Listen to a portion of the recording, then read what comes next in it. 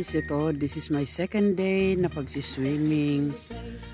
Ito ay ibang side naman yung pinuntahan ko. So, ayan. May ibang view dito, may bundok. At take note, itim ang ano nila dito, itim. Ano ba to? Yung darat. Ang sand nila, itim. Doon, maraming tao doon. Ayan.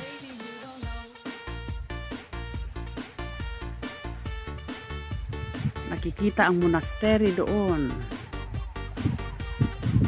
Kaya, maganda. May isang yacht naman dyan, na siguro pang private yan dahil nasa gitna. Ayan. Ayan. Ang mga, yun naman, restaurant yun pag summer. Pero hindi pa nagbubukas dahil nga, spring pa lang. Pero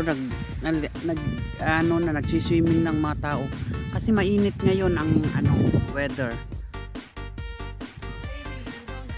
Makulimlim pero yung siguro 18 degrees na. Kaya yan, maraming naliligo.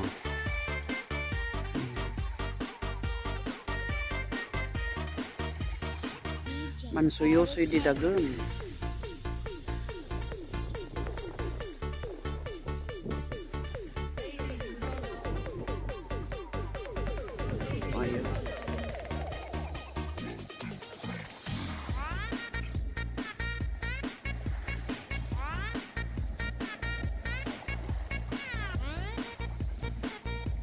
Ganyan pag summer dito, napaka-busy ang dagat. Ang bilis yun,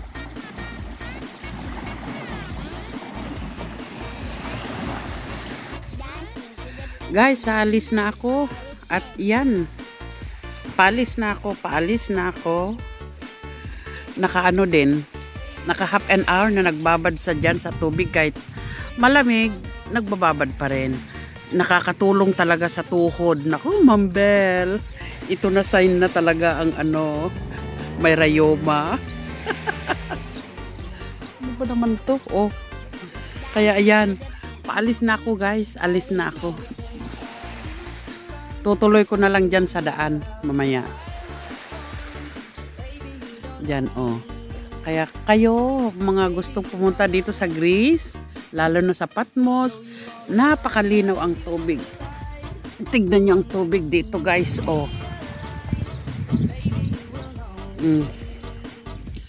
Ayan. Ayan, ganyan, Napakalinaw. Sobrang linaw. Ayan. Okay.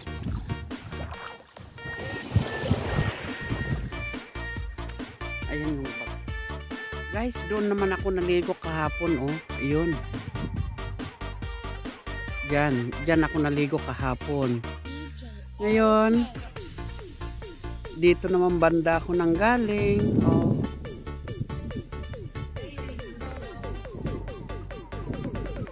Diyan ako banda.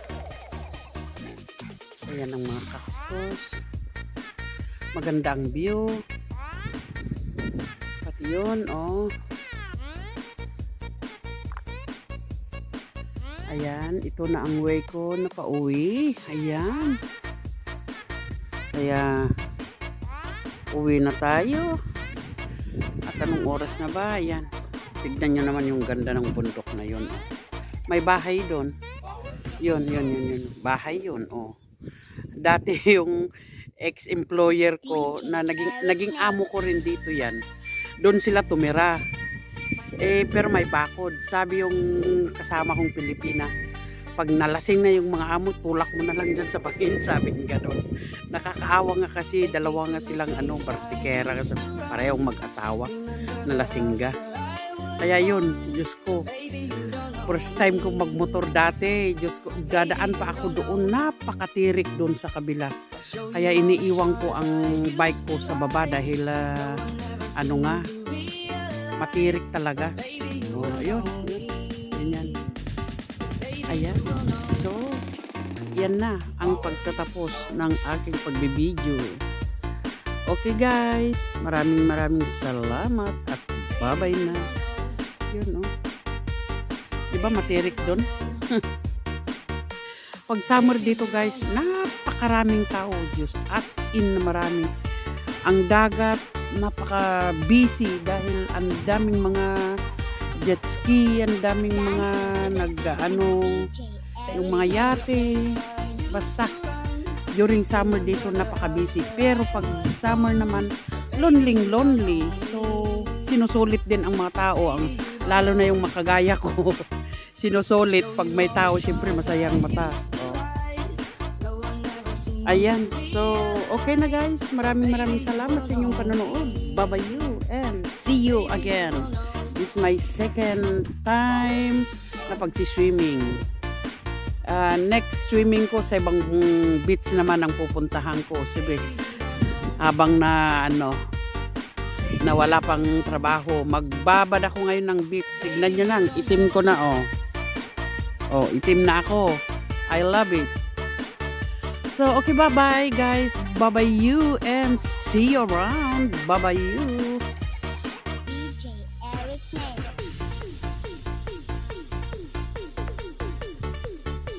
Bakit ayaw na?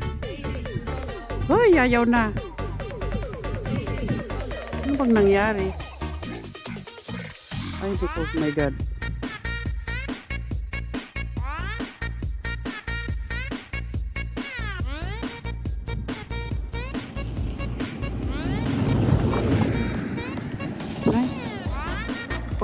Pag naman yun, Diyos ko, bakit ba ayaw nang mag-close ang ko? Ayaw na kahit ano pang gawin ko na, ayaw na talaga. Stuck na. My God. Wala na to, hindi ko na alam kung anong gagawin ko, na-stuck na talaga. Patayin ko na lang.